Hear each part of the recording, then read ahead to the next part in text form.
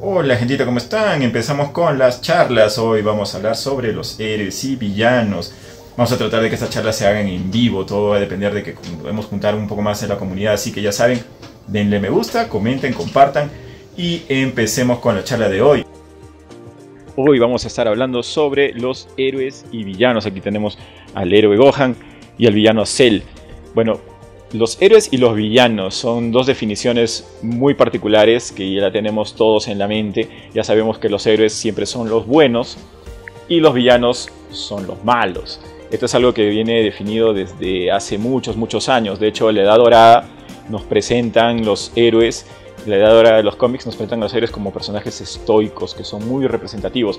En ese caso teníamos héroes como Superman, que tenían todo lo positivo que podían tener, y teníamos también personajes por ahí un poquito más oscuros, de repente Batman, pero todos eran personajes que tenían todo lo bueno que podía tener un ser humano, eran lo mejor de la humanidad. Y los villanos obviamente eran los malos. Los villanos eran totalmente los antagonistas que hacían cosas increíblemente malas y tenían que ser eliminados o detenidos por los héroes. Ahora pasamos un poco más adelante, llegamos a la Edad de Plata, y en la Edad de Plata se decide humanizar un poco más a los personajes. Ya no tenemos héroes tan blancos ni villanos tan negros, tan oscuros. Ahora tenemos áreas grises, intermedios, humanos que ya hacen cosas buenas, pero siempre tienen momentos que pueden ser negativos o que pueden ser ahí cosas un poco complejas en su vida. Y también tenemos villanos que, bueno, tienen también cosas que a veces son justificadas por situaciones que les van mal. Entonces esto hace que ellos actúen de cierta manera que se puede ir comprendiendo un poquito mejor. Están humanizando a ambos personajes. Es por eso que vamos a conversar un poco más sobre este tema. En el caso de los héroes, ya avanzando más en el tiempo, ya a partir de los años 2000, es algo totalmente distinto. Tenemos héroes que ya vienen a tener características que podrían clasificarlos incluso como antihéroes, porque hacen cosas que no haría un héroe, más bien serían cosas de villanos, pero se lo hacen a los malos, y esto te lleva a una categoría conocida como antihéroes, que ya empezó a popularizarse en los años 90. Punisher es un personaje que es un ejemplo muy específico de esta categoría, y también tenemos al buen Deadpool, ¿no?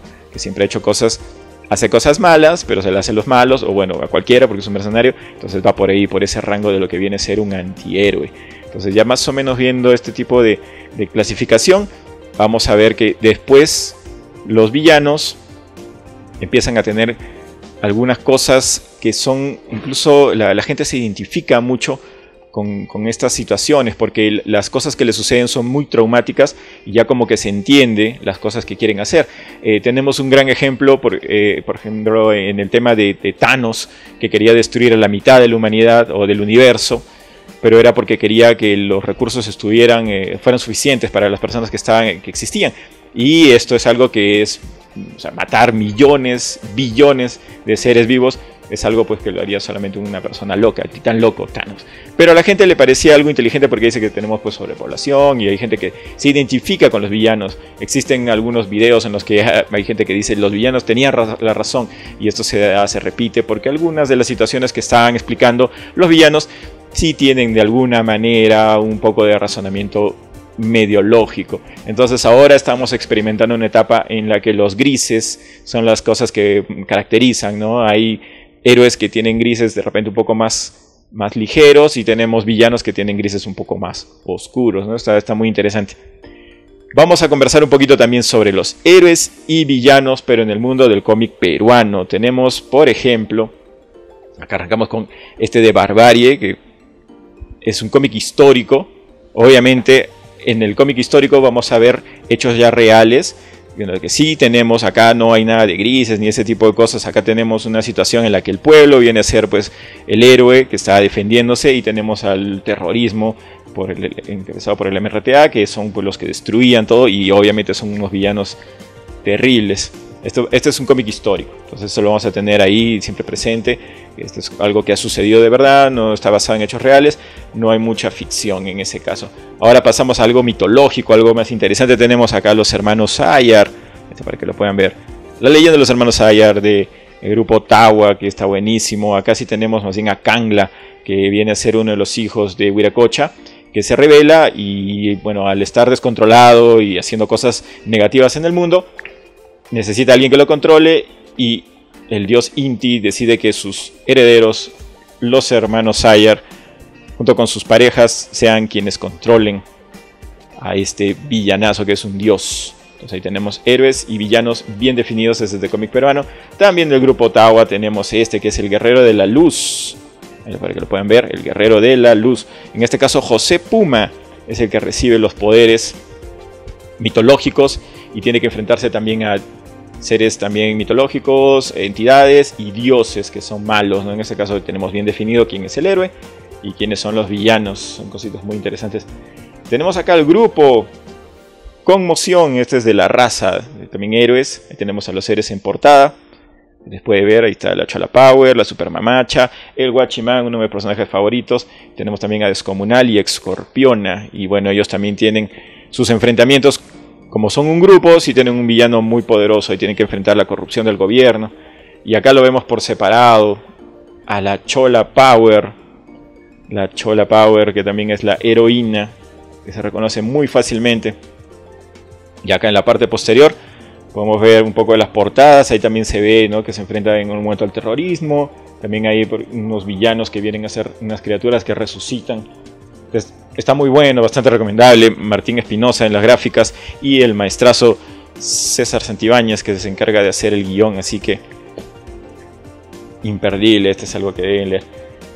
Otro también cómic histórico tenemos acá. Y pueden ver, este se trata de Bestial, la era de los incas. Acá tenemos al grupo de los incas, que son representados por esos animalitos antropomórficos que vemos ahí en la portada, que tienen varios poderes dependiendo de sus características. El gallito de las rocas con sus brazos de rocas, el cuy que se multiplica, y los villanos vienen a ser los chancas, que tienen incluso la característica de que la coloración en el cómic es diferente, es un poquito más rojiza, como que se ve que son más violentos. Entonces vamos a ver la guerra en esta historia. Entonces también está definido quiénes son héroes y quiénes son villanos. Acá tenemos otro cómic peruano muy bueno. Se trata del Convoy, del gran Eduardo Romero. En este caso es un poco más complicado de definir, pero bueno, la tripulación vienen a ser los protagonistas, que vendrían a ser los héroes, y sufren un montón de calamidades, ataques de monstruos, que vendría a ser como que la situación es la que tienen que sobrevivir. Así que tenemos un villano que es omnipresente, ¿no?, que en este caso sería pues la situación del mal. Pasan por un lugar parecido a un triángulo de las Bermudas, y ahí es donde sufren todo este tipo de ataques. Y este de acá, que también está buenísimo, Dalila, unos gráficos increíbles del gran César Carpio. Y tenemos también ahí el guión de Pablo Barbieri. En este caso son dos facciones que luchan y utilizan a Dalila, que es un arma, es una guerrera, que va a ser la que va a inclinar la balanza hacia un lado o hacia el otro. Entonces ella es la protagonista, vendría a ser la heroína, pero bueno, por la situación y todo, este sí tiene un personaje muy particular, que tiene este tema de las eras grises, es como una antiheroína. Y la definición ya veremos, ¿no? El que quiera saber quién es el bando bueno y quién es el bando malo, lo invito a que lea este cómic de Dalila. Está muy paja, unas gráficas increíbles. Ya después le podremos hacer un análisis un poquito más completo. Entonces ya tenemos más o menos la definición de lo que viene a ser los héroes, los villanos y unos cuantos ejemplos que tenemos en la historia del cómic peruano. Bueno, vamos a hacer una definición muy específica de qué es héroe y también de qué es villano. Tenemos que del latín eros, que a su vez deriva del vocablo griego, la palabra héroe hace referencia a un hombre que es famoso, ilustre y reconocido por sus virtudes y hazañas. Entonces ya vemos que un héroe es una persona que hacía cosas buenas y también era popular. Entonces se sabía, ¿no?, de la popularidad de este personaje y de sus buenas acciones, que la definición va creciendo. Entonces ya se va determinando que los héroes eran los buenos.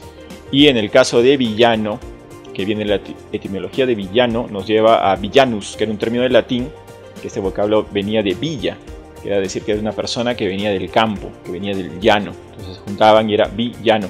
Pero este villano, más que nada por ser una persona de clase media baja, era que se le consideraba que era inculta, tosca, grosera y rústica, y por eso es de que era el malo. Es una clasificación que era muy conveniente, ¿no?, para esa época en la que fueron establecidos estos términos. Actualmente ya lo tenemos de una forma en la que héroe viene a ser el bueno y villano viene a ser el malo, ¿no? Ya es difícil hacer cambios o tener ya consideraciones con estos orígenes, con estas determinaciones que se crearon en el momento en el que se dieron ese tipo de palabras. Bueno, en el caso de los villanos, como era gente que era del pueblo, no tenían las clases de etiqueta, no tenían las costumbres, que era pues algo que era considerado en ese momento de parte de la cultura superior. Entonces por eso es de que se les veía mal de repente algunas acciones, formas de vivir. Por eso es de que la palabra villano luego estaba considerado como algo negativo. Vendría a ser como una definición clasista, porque tenemos que el bueno es el que estaba arriba, el de la clase alta, el que era pues el que tenía dinero, el que tenía educación, y el villano venía a ser la persona de pueblo, la persona que era inculta, la persona que tenía costumbres pues, propias de su contexto, de su entorno. Entonces vemos que era una clasificación ahí que era pues, de alguna manera irregular o bueno, tenía esto, ¿no?, de que era discriminatorio. Vamos a mostrarles acá el cómic El arte de Dalila. Este es el gran César Carpio Guerra. Pueden ver la portada. Acá tenemos unas imágenes de Pablo y de César. Y vamos a apreciar este, que es un cómic que tiene un guión muy bueno, pero me parece que la parte gráfica es resaltante.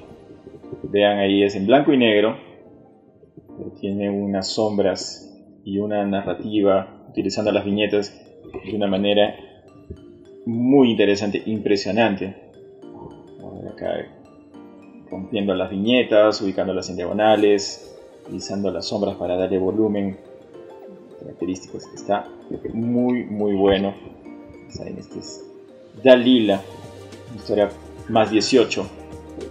Tiene algunas escenas que son un poquito fuertes, violencia, desnudos y mucha acción. Ya les habíamos comentado que en este caso hay dos bandos, y la creación de Dalila como un arma biológica, buscando definir el conflicto. Capítulo 2, vamos a ver ahí la anatomía, muy bueno.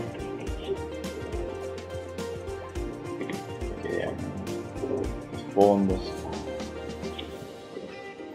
excelente gráfico, también una historia muy interesante que lo acompaña.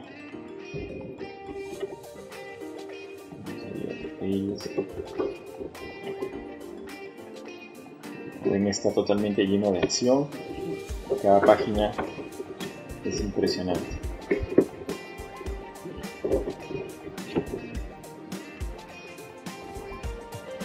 Muy bien, ahora vamos a revisar El convoy de Eduardo Romero. Este también es una historia de terror. Eduardo, este también es en blanco y negro, que ayuda mucho en esta categoría, ¿no?, en esta clasificación de cómic de terror. Gracias al blanco y negro se puede potenciar, ¿no?, las sombras, algunas cosas en misterio. Tenemos una narrativa, vamos a ver, las viñetas son más cuadradas, de forma más clásica. Podemos ver cómo la tripulación tiene que enfrentar diferentes dificultades, que básicamente vienen a ser la amenaza, o bueno, tiene que ser el villano, el área, ¿no?, entonces está atacando, enfrentamientos diversos con criaturas místicas y hasta con monstruos. Ahí podemos ver el enfrentamiento con ese calamar gigante. Entonces es una historia de terror en alta mar.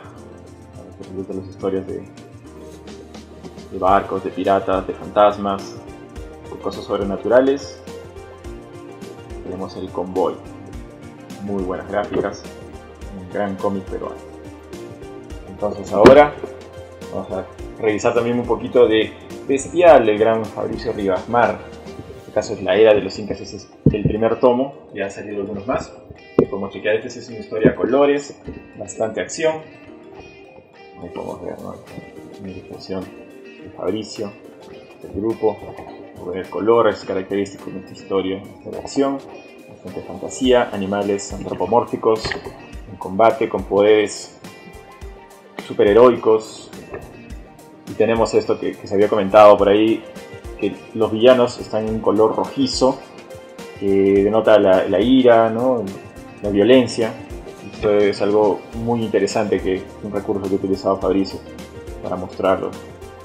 Podemos ver cómo hay mucha acción, bastantes batallas, y cada personaje desarrollando sus poderes y sus historias. Es parte de la historia y la mitología del Perú, pero utilizando el recurso de la fantasía. Personajes muy interesantes. Cómo avanza la historia y cada uno nos va mostrando sus poderes y sus habilidades para resolver esta batalla y definir a Bestial. Muy recomendable también, si alguien quiere leerlo, ya saben, está disponible, busquen Fabricio Rivasmar, Bestial, La Era de los Incas. Y ahora les presentamos un clásico, la grafita número 1 de Ayar, La Leyenda de los Incas, fotógrafos, chicos de Tawa Producciones. Esta es una versión que ya es un poco más complicada de conseguir, ya que ahora sale en un formato tapadura. Tenemos grapas. Esto también es una historia de una leyenda peruana, adaptado para sacar una historia de acción. Tenemos acá imágenes a colores, papel cuché, muy bonito, una narrativa también con viñetas bien ubicadas. Tenemos esta forma. Esto es el inicio de Tawa Studios ahora, entonces ellos tenían otra forma, ¿no? Ahora vemos una evolución. Si es que alguien hace una comparación de lo que sacaron en esta grapa con lo que tenían en el tomo tapadura, se ve el cambio. Oscar en algún momento también hemos conversado con él y nos ha comentado que gracias a la experiencia que han ido adquiriendo con el pasar del tiempo, también han evolucionado en su forma de narrativa. Podemos ver estos inicios de Ayar, La Leyenda de los Incas. Podemos ver, ¿no?, cómo están llegando los hermanos Ayar, de la presencia. Me parece, tenemos acá bastante color, también algunas viñetas que salen de lo común, rompen la escena, muy interesante. Bastante color, bastante acción, una gráfica muy particular del gran Kaimer Olmos. Y acá vemos la llegada de los hermanos con sus respectivas parejas. Los hermanos Ayar. Y llegan de frente a la acción, a la batalla. Tienen muchos rivales que derrotar para traer nuevamente la paz a la tierra.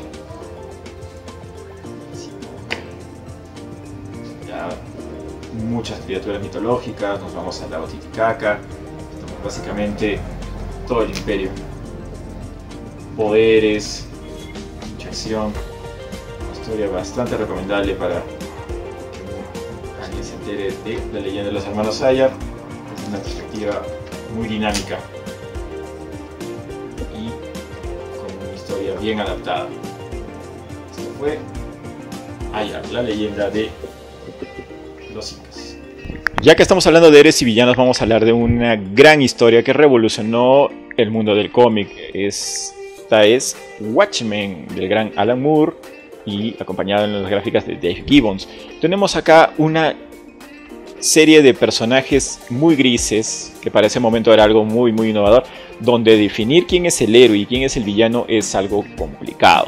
Tenemos a Ozymandias, que vendría a ser el villano de la historia, pero este es un villano que, dentro de las cosas que él desea, busca sus objetivos personales, pero a la vez también está procurando mantener la realidad donde él vive a salvo. Y tenemos al héroe, que vendría a ser el Dr. Manhattan, pero este es un héroe que ya está prácticamente deshumanizado. No tiene emociones y la gente le da igual. Entonces tenemos el héroe que no tiene ningún interés en salvar a la gente y tenemos el villano que tiene el interés de salvar a todos, pero porque quiere sobrevivir. Entonces es algo complejo. También tenemos al comediante, que es un personaje que es muy interesante porque también es un héroe, pero que tiene actitudes muy oscuras, muy negativas, que lo pasarían tranquilamente a poder ser un villano, pero él lucha por su patria, lucha por el Estado, entonces viene a ser un héroe. Conflictos de guerra, situaciones que lo han sacado de una línea blanca y lo tiran muy al lado oscuro. Y por ahí también tenemos a Rorschach, que es un personaje increíble, pero este es un personaje paranoico, que también busca la verdad. Entonces también está considerado dentro del lado positivo, pero también es muy violento. Entonces, como ya estaba comentando, esta es una línea de personajes grises por todas partes, donde siempre hay cositas que los humanizan mucho. Y vamos a ver que estos personajes son muy ricos, y gracias a esto es de que fuimos avanzando en la historia, lo cual nos va a permitir luego tener personajes que van a poder hacer cosas similares y revolucionar, como les dije ya antes, el mundo del cómic.